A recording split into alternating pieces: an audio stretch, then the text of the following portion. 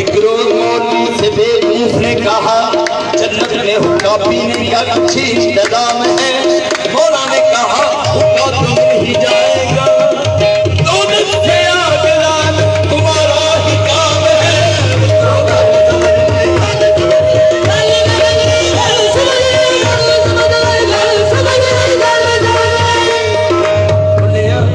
लत्ता गोटे धोते बार अंदर ही पलीती,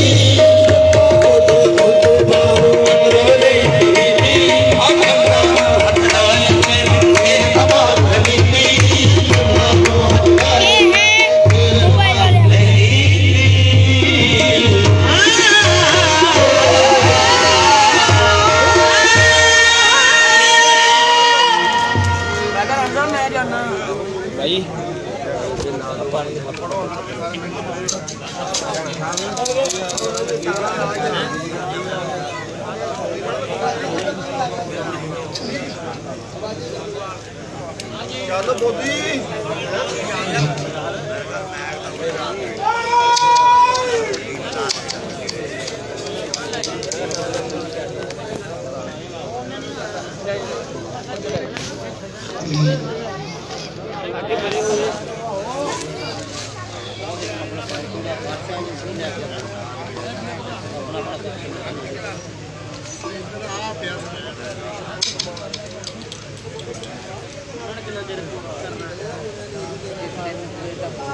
बाबा जी 3:30 बजे तक है ना।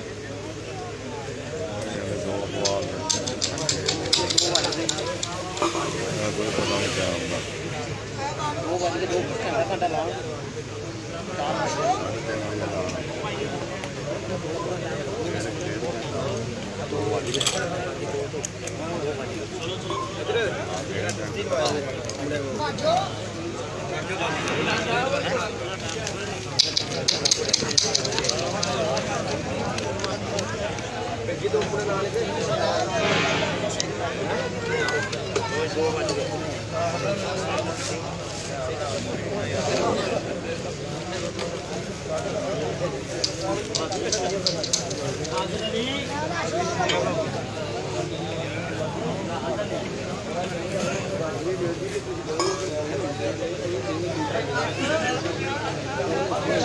ਕਿੰਨੇ ਹੋ ਗਏ?